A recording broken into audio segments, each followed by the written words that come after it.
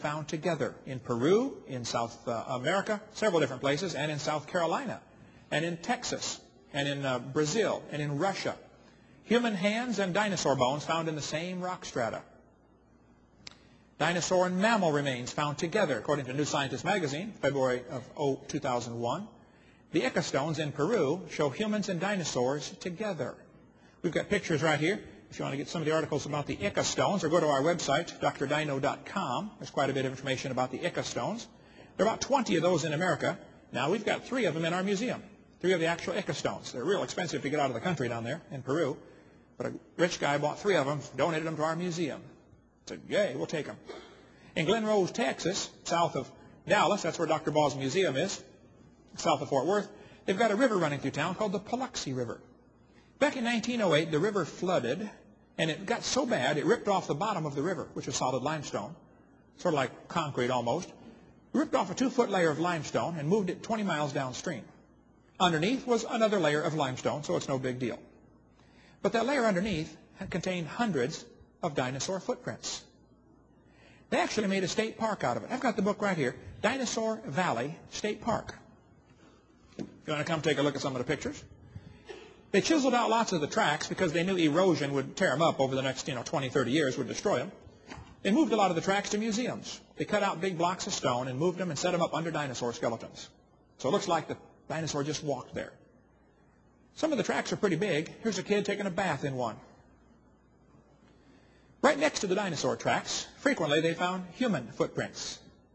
Roland Bird was in charge of the group of guys digging out the tracks, and he reported there were 15 to 20 inch long, clearly defined human footprints with the dinosaur tracks. Human tracks and dinosaur tracks together? Hundreds of dinosaur track sites have been found around the world. Finding dinosaur tracks is not that unusual. Many have been found.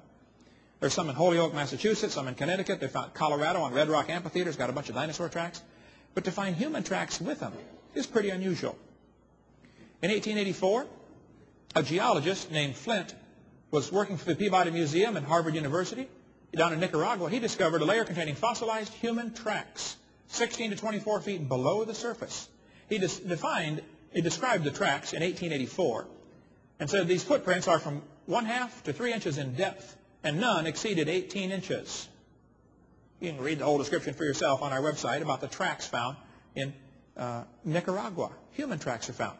But now museums are real careful about mentioning anything about this because that might support the creation view.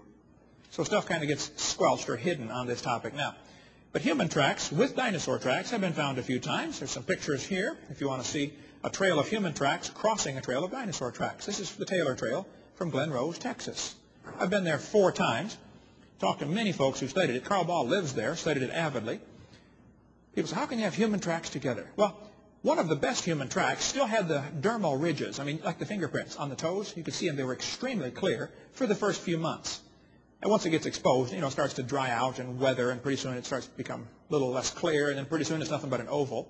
And over time, it turned into a 3-toed dinosaur track. And some of the creationist groups have backed off talking about the Paluxy tracks because they say, well, maybe they were just dinosaur tracks all along. Well, no. A human stepped in where the dinosaur track was. That's the logical place to walk when you're going following somebody through the mud or through the snow. You step where they already walked. You folks get snow up here? You know about snow, right? Okay. Yeah, you walk where somebody else already walked. They did the work for you. So no, I think they really were human tracks. Here's one inside a dinosaur track right there. Logical place to step. There's a good book about it called Texas Tracks and Artifacts if you want to get more information on the human and dinosaur tracks together. We sell castings of one of the human tracks. It's a size 24. Check our catalog. You can get one of those for hang on your wall in your office. That'll start a conversation. You can steer that conversation toward creation. We had a kid with a size 18 tried to fill up our 24 track. Couldn't quite do it. They chiseled out some of the rock ledges and said, we think the tracks are fake, some of the skeptics did. When they removed the rock, they found more tracks underneath the undisturbed limestone. And they said, okay, who made these tracks anyway, under the rock here? They sawed one of the tracks across the toes. Looking at it endways, you could see there were depressions where the toes had squeezed the mud down, distorting the lamination lines. These are not carved in, they're not erosion marks, they're compression prints, quite obviously. There's much more on that on the website omniology.com. The man's stride between steps was about 6 or 7 feet. I would rip my britches every time trying to do that. How do you get human tracks and dinosaur tracks together? One preacher, he's assistant pastor in Arizona, he wrote me a letter. He said, Brother Hovind, I grew up in Glen Rose, Texas. He said, I went on an excavation with Dr. Carl Ball. We were out there digging up these footprints, and Nova was there to film the dig. He said, there was an evolutionist who had been arguing with Dr. Ball the entire time. Nova didn't film much of the tracks or the dig, but they did interview the evolutionist. He told them he had not seen anything there to disprove evolution. What he didn't tell the camera was he had refused to even turn around and look at the tracks we were working on. When they found some tracks, they would say, Sir, would you video this? No, I don't want to see it. He wouldn't even look at it. He stood with his back to the tracks and the dig while making the statements. Nova knew the man had not looked at the tracks, but did not report that, nor did they give Dr. Ball equal airtime to respond. You see, folks, evolution is not part of science. It's a religion, and they defend their worldview with religious fervor and zeal. If it was real science, it would be open to all observations, but they totally, purposely discredit anything that goes against their theory. One guy said, well, maybe there was a dinosaur with feet like a human. That explains these tracks here. Well, you never know. Could have been, you know. This guy said, finding dinosaur and human footprints together would counter evidence that humans evolved long after dinosaurs. I agree.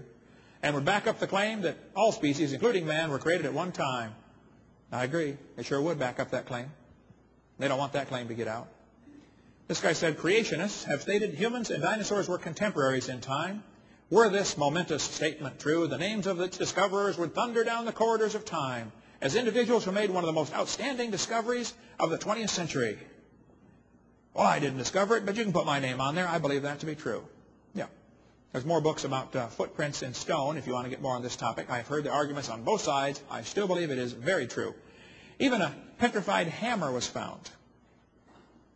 Now, some people say, oh, they didn't have iron before the flood. Oh, they sure did. You better read your Bible. Tubal-Cain was an artificer in brass and iron. That's before the flood. This bell was found inside a lump of coal made of like a brass material. Coal, according to the textbooks, was formed 250 million years ago. According to the Bible, I think coal was formed in the flood 4,400 years ago. In Illinois, a lady broke open a lump of coal. There was a gold chain inside about 10 inches long. I called every person by the last name of Culp, C-U-L-P, I could find in Illinois. I spent hours calling all over, and several of them said, yeah, that was so-and-so, Uncle so-and-so, and that was years ago. I don't know what happened to it. I couldn't trace down what happened to the chain. But if anybody wants some research projects, start calling all the Culps and find out where that chain is. I'd like to have it for my museum in Pensacola, Florida.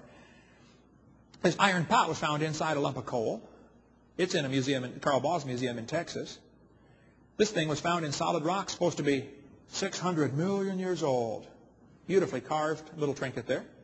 I was in Idaho preaching, and I went to Nampa, Idaho, to the museum. Years ago, somebody was drilling a well in Idaho, and they brought up this little doll from 300 feet down.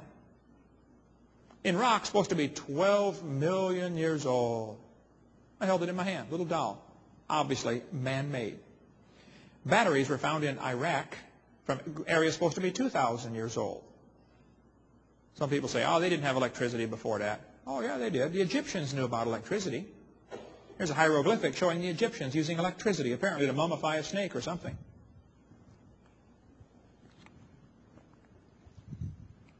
I think ancient man was real smart. Workers digging for copper, they found a copper arrowhead and human bones in a vein of silver. They're digging for silver and found human bones in an arrowhead. J.D. Whitney, the state geologist of California back in 1880, published a lengthy review of advanced stone tools found in California gold mines. The implements included spear points, mortars, and pestles. They were found deep in mine shafts underneath thick, undisturbed layers of lava. Here they are digging underneath a mountain, finding human tools. In rock, supposed to be, 55 million years old. W.H. Holmes of the Smithsonian, one of the most vocal critics of the California finds, wrote, perhaps if Professor Whitney had fully appreciated the story of human evolution as it is understood today, he would have hesitated to announce the conclusions. What's he saying? If this professor knew how important our theory was, he wouldn't have told anybody what he found. Anybody else getting that interpretation out of there? That's exactly what he's saying. The Smithsonian is responsible